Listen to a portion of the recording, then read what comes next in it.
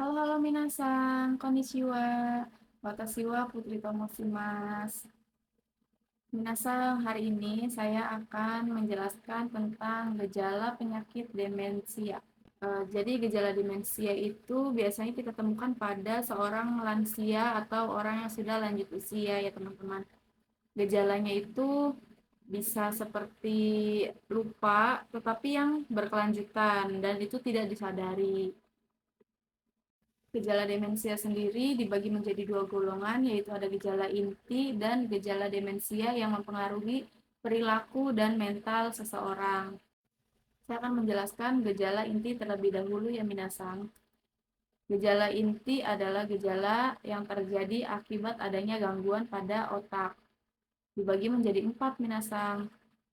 Yang pertama gangguan memori, yang kedua gangguan disorientasi, yang ketiga gangguan disfungsi eksekutif, yang keempat ada gangguan memahami dan menilai.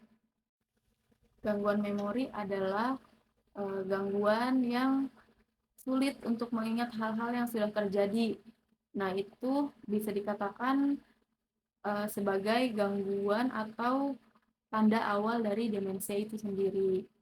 Kemudian ada gangguan disorientasi. Gangguan disorientasi adalah gangguan yang dimana penderita demensia tidak dapat mengenali waktu, tempat, dan orang.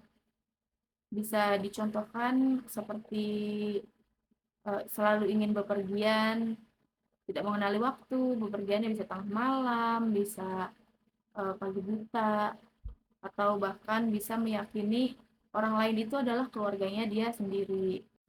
Lalu ada gangguan disfungsi eksekutif, yaitu penderita demensia tidak dapat memahami prosedur dan cara bertindak, seperti misalnya tidak tahu cara memasak.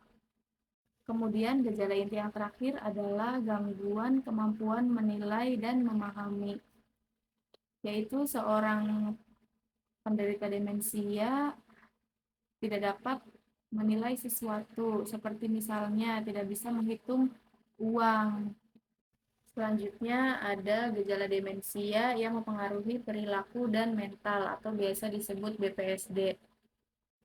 Gejala perilaku pada penderita demensia dibagi menjadi dua, yaitu yang pertama adalah gejala perilaku yang mempengaruhi emosional dan lebih agresif.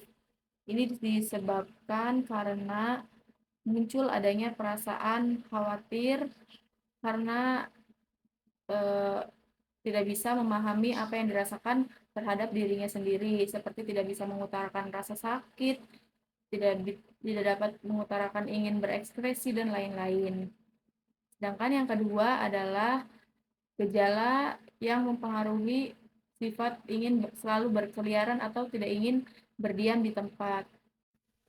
Kemudian yang terakhir adalah gejala mental pada penderita demensia. Gejala mental ini juga dibagi menjadi dua, yaitu yang pertama adalah halusinasi. Gejala halusinasi ini adalah seorang penderita demensia meyakini hal yang tidak ada di kenyataan sebagai ada.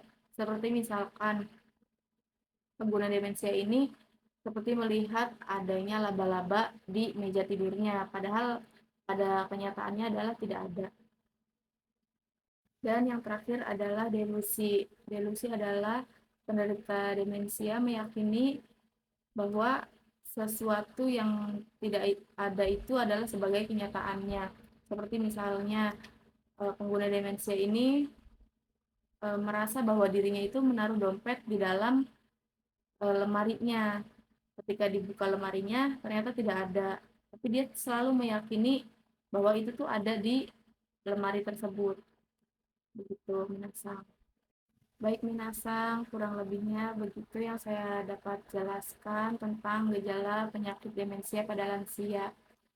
Jika ada kekurangan, mohon dimaafkan. Kita sama-sama belajar ya Minasang. Terima kasih dan sampai jumpa.